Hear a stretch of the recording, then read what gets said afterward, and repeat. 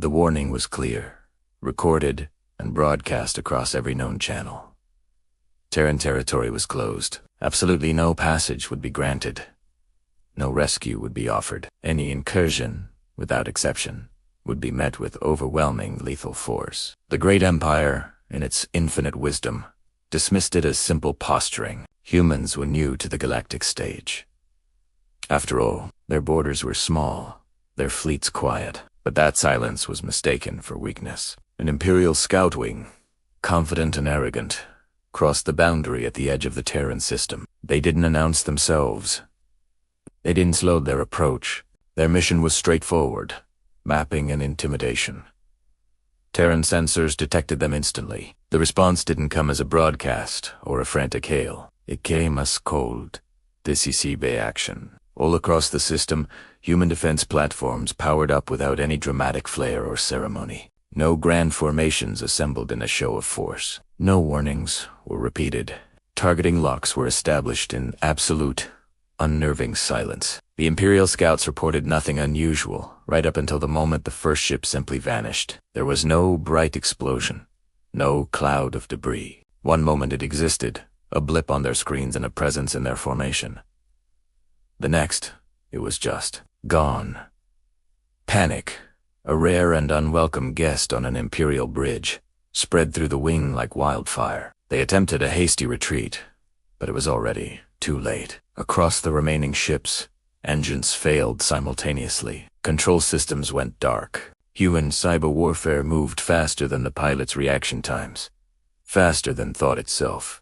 Then, a single Terran vessel appeared on their visual scanners. It was small, sleek, and completely unmarked. It didn't match any known ship class in the Imperial database. It just hung there in the void, a silent predator. The Imperial commander, his voice tight with a mixture of anger and fear, demanded communication. None came. The Terran ship fired once. The weapon didn't glow.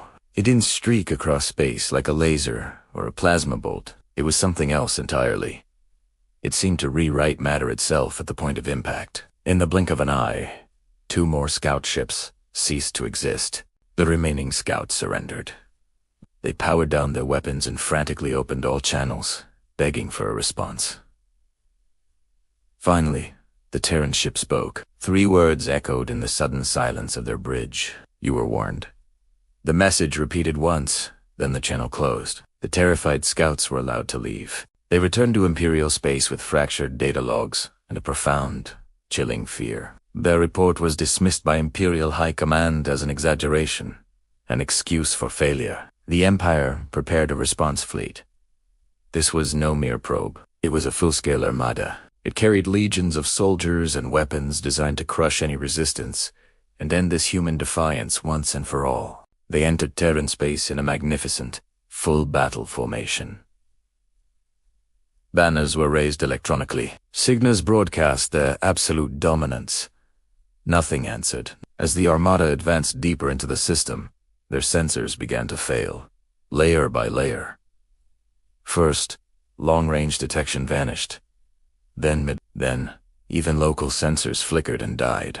And then, the disappearances began again. Not in the chaos of battle, but in a perfect, horrifying sequence. One ship, every 30 seconds, simply gone. Command ships desperately attempted to regroup, to issue orders, but their network was crippled. Terran interference had fractured their coordination completely. Human vessels never formed battle lines. They struck from impossible angles, from vectors that defied all known tactical predictions. Their weapons were precise, targeting only command nodes and power cores. The Empire's firepower was massive, but it was utterly useless. They couldn't hit what they couldn't track. Their ground forces never even saw the planets they were meant to conquer. The humans never allowed a single landing. Within hours, the Armada was gone. The few survivors fled blindly until their controls were suddenly released at the border. A single, final transmission followed them out. Terran territory remained closed. The Empire reeled. The losses were catastrophic, beyond anything they had ever experienced. Political factions demanded an explanation. The captured data was analyzed again, this time with the respect it deserved. What they found was even more disturbing. Human tactics showed incredible restraint.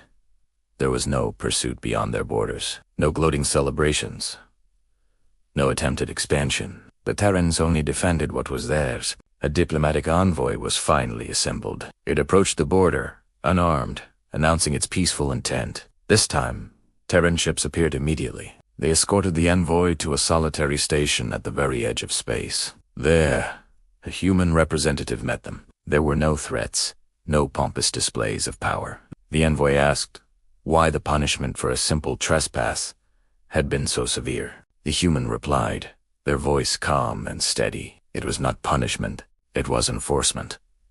They explained that humanity had been invaded before. Their long history was marked by extinction attempts from enemies both internal and external. They learned a hard lesson very early on.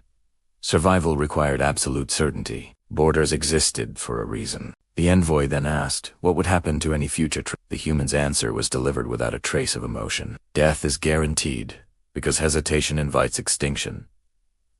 The envoy returned with the message intact. The Empire updated its star charts. Terran space was marked in absolute red, a symbol of a line never to be crossed. No ship ever crossed that line again. The warning remained unchanged, a permanent fixture in the galactic consciousness, a testament to a species that had learned to protect itself with chilling, final efficiency.